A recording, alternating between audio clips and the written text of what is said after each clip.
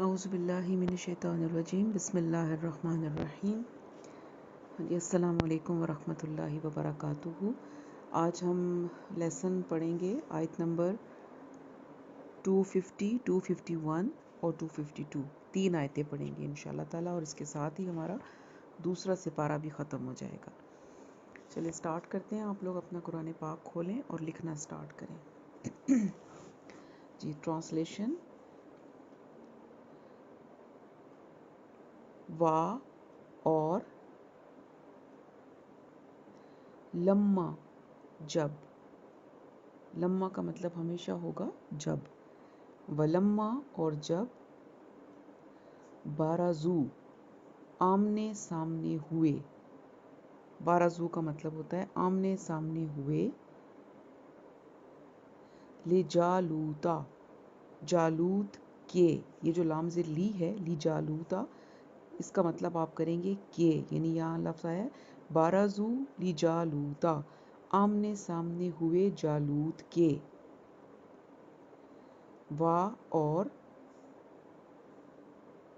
جنود ہی، جنود لشکر، ہی اس کے. و جنود ہی اور اس کے لشکر. قالو انہوں نے کہا، ربنا اے ہمارے رب.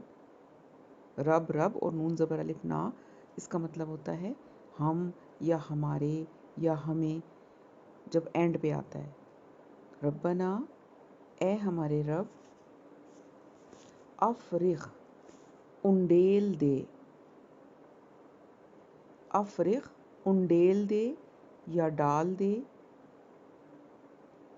علینا، علا پر، نا ہم. نون زبر الف نا لفظ کے اینڈ پہ جب آئے گا تو اس کا مطلب ہوگا ہم. علینا ہم پر. صبرن صبر. وا اور ثبت جما دے یا ثابت کر دے. اقدامنا، اقدام قدم، قدم کی جمع ہے، اور پھر نون زبر الف نا ہمارے. اقدامنا ہمارے قدم. ونصرنا 3 لفظ ہیں اس میں. وا اور انصر مدد کر، نا ہماری، اور مدد کر ہماری. علا پر. القومی قوم. الکافرین کافر.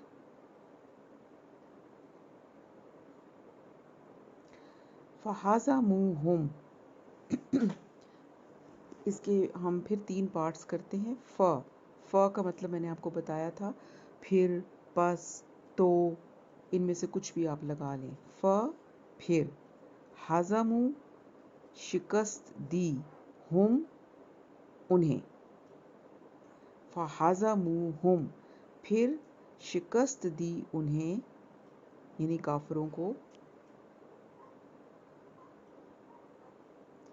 بِإِذْنِ اللَّهِ، بِإِذْن حکم سے، اللہ اللہ کے، اللہ کے حکم سے. بِإِذْنِ اللَّهِ اللہ کے حکم سے.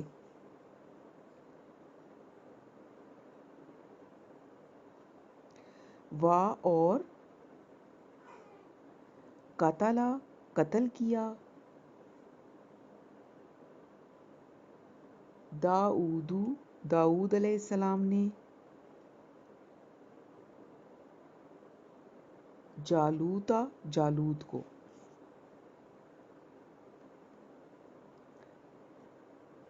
وا اور آتاہو آتا دیا، ہو اس کو، اور دیا اس کو. اللہ اللہ نے. الملکا ملک. والحکمتا اور حکمت. وا اور حکمتا حکمت. وا اور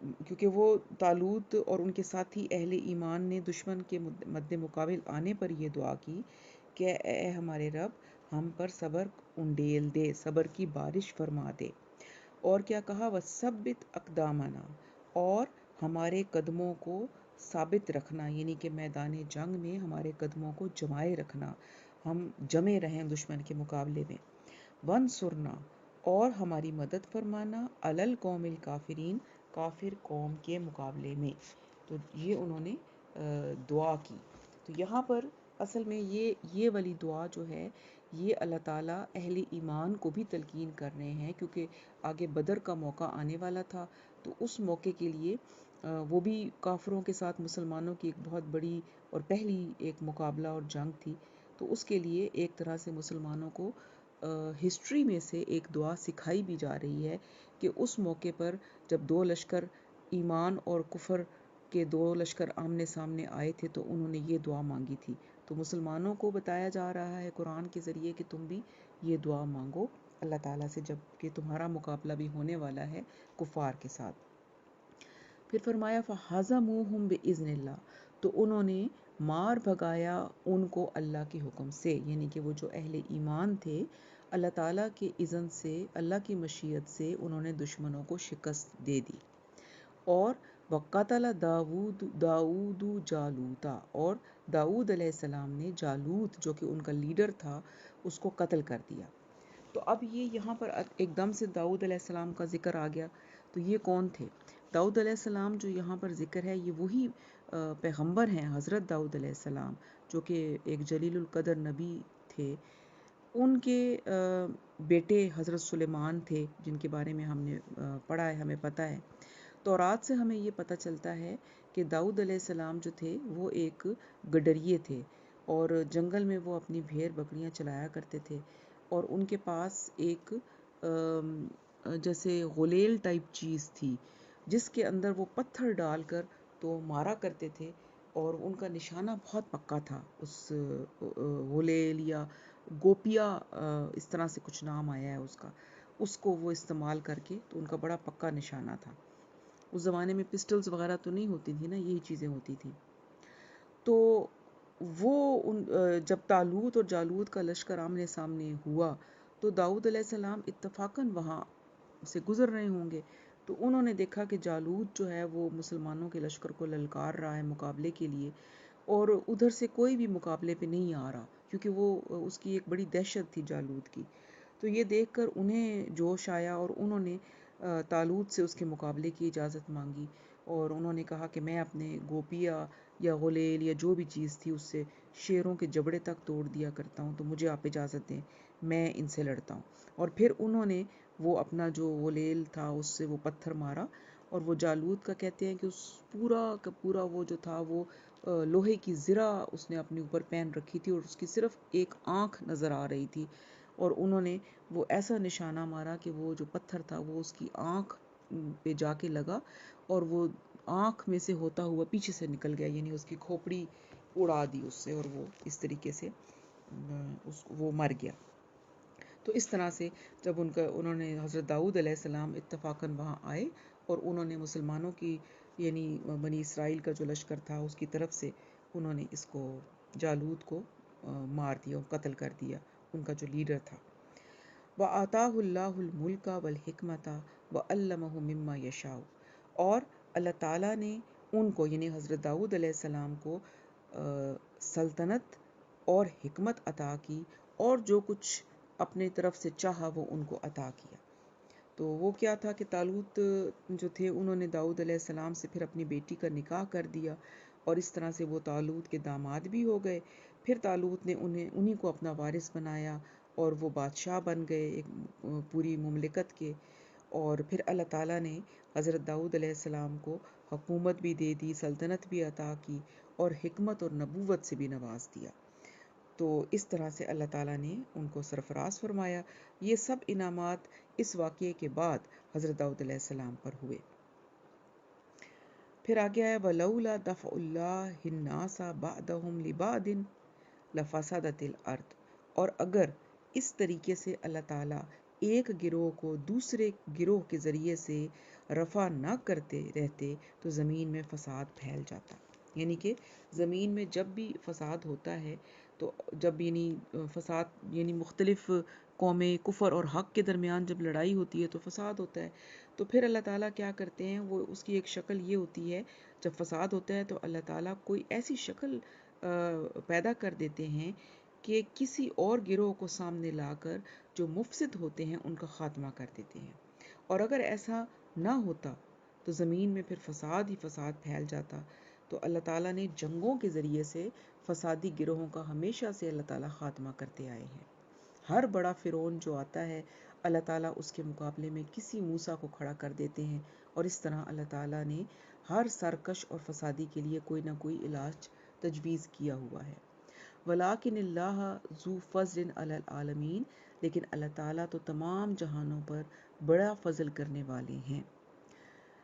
تِلْکَ آیاتُ اللَّهِ نَتْلُوهَا عَلَيْكَ بِالْحَقِّ، یہ اللہ تعالیٰ کی آیات ہیں جو ہم آپ صلی اللہ علیہ وسلم کو پڑھ کر سنا رہے ہیں حق کے ساتھ. یہ قول جو ہے یہ حضرت جبرائیل علیہ السلام کی طرف منسوب کیا جاتا ہے کہ وہ محمد صلی اللہ علیہ وسلم اور تمام مسلمانوں سے خطاب ہے اس آیت میں کہ یہ اللہ تعالیٰ کی طرف سے یہ آیات ہیں جو حضرت جبرائیل علیہ السلام لے کر آپ صلی اللہ علیہ وسلم پر آئے ہیں، اور وہ آپ کو سنا رہے ہیں یہ تمام آیات اور واقعات حق کے ساتھ. اور یہ ایک بامقصد آیات ہیں. یعنی کہ یہ ساری باتیں تو آپ صلی اللہ علیہ وسلم کو نہیں معلوم تھی نا، تو حضرت جبرائیل کے ذریعے، وحی کے ذریعے اللہ تعالیٰ نے ہسٹری میں سے بھی بہت سارے واقعات جو تھے وہ آپ صلی اللہ علیہ وسلم کو بتائے اور آپ کے ذریعے سے تمام مسلمانوں کو بتائے. تو یہ اللہ تعالیٰ یہاں فرما رہے ہیں. اور پھر آگے فرمایا وَإِنَّكَ لَمِنَ الْمُرْسَلِينَ، اور یقیناً اے محمد صلی اللہ علیہ وسلم آپ رسولوں میں سے ہیں. تو یہاں پر ہمارا جو دوسرا سپارہ ہے وہ بھی اختتام پہ پہنچا الحمدللہ. انشاءاللہ تعالیٰ اب اس کے بعد ہم تیسرا شروع کریں گے. آپ لوگ اپنا لیسن اچھی طریقے سے تیار کر کے اور جلدی جلدی دے دیا کریں تاکہ پھر ہمارا اگلا لیسن جو ہے وہ جلدی سے آئے اور ہم جلدی سے پورا قرآن پاک اس طریقے سے پڑھ سکیں.